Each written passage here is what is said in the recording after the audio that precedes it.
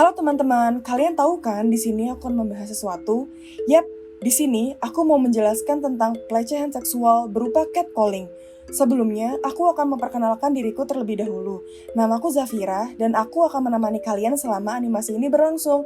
Oke, mari kita kupas tentang pelecehan seksual berupa catcalling. Kalian tahu nggak sih apa yang dimaksud dengan pelecehan seksual dan macam-macamnya? Jadi, pelecehan seksual adalah segala bentuk tindakan seksual yang tidak diinginkan. Hal tersebut bisa bersifat fisik seperti contoh, pemaksaan hubungan seksual, sentuhan yang tidak diinginkan, psikis seperti isyarat, atau bahkan lisan seperti catcalling atau pelecehan verbal, hingga kekerasan seksual berbasis gender online. Dari semua macam-macam pelecehan seksual, Zafira akan memperdalam tentang catcalling. Nah, apa sih yang dimaksud dengan catcalling? Catcalling merupakan istilah yang digunakan untuk menunjukkan perilaku pelecehan verbal yang dilakukan di ruang publik, seperti di jalan, mall, lingkungan tinggal, kampus, dan lain-lain. Perilaku catcalling yang biasa dilakukan adalah siulan, suara kecupan, ucapan-ucapan bersifat objektifikasi, gerakan tubuh yang mengobjektifikasi, seperti gerakan tangan atau gerakan mata yang mengarah ke bagian tubuh intim. Biasanya, catcalling ditujukan untuk mendominasi, membuat korban merasa tidak nyaman, dan merendahkan, khususnya pada perempuan dan minoritas gender. Nah, apakah dari perbuatan tersebut memberikan dampak ke korban? Jadi, segala hal yang berkonotasi seksual tersebut dapat dikatakan pelecehan seksual jika korban merasa ketidaksukaan, keengganan, definisi yang merendahkan, intimidasi, malu, hingga mengganggu. Namun perlu dipahami bahwa korban pelecehan seksual tidak selalu bisa langsung bereaksi terhadap tindakan yang ditunjukkan kepada mereka. Biasanya, korban tidak bisa bereaksi karena mereka merasa syok. Hal tersebut biasa kita sebut sebagai tonic immobility. Nah, begitulah kira-kira penjelasan tentang catcalling. Pastinya sangat tidak nyaman ya diperlakukan seperti itu.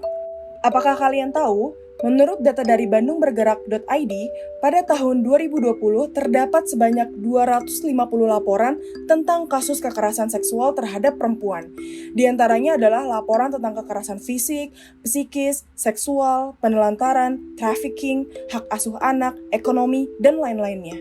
Dari 250 kasus kekerasan seksual berupa psikis berjumlah 72 orang perempuan. Dan apakah kalian tahu bahwa di kota Bandung Dayakolot pada tahun 2021, sebanyak 41 perempuan pernah mengalami pelecehan seksual berupa catcalling.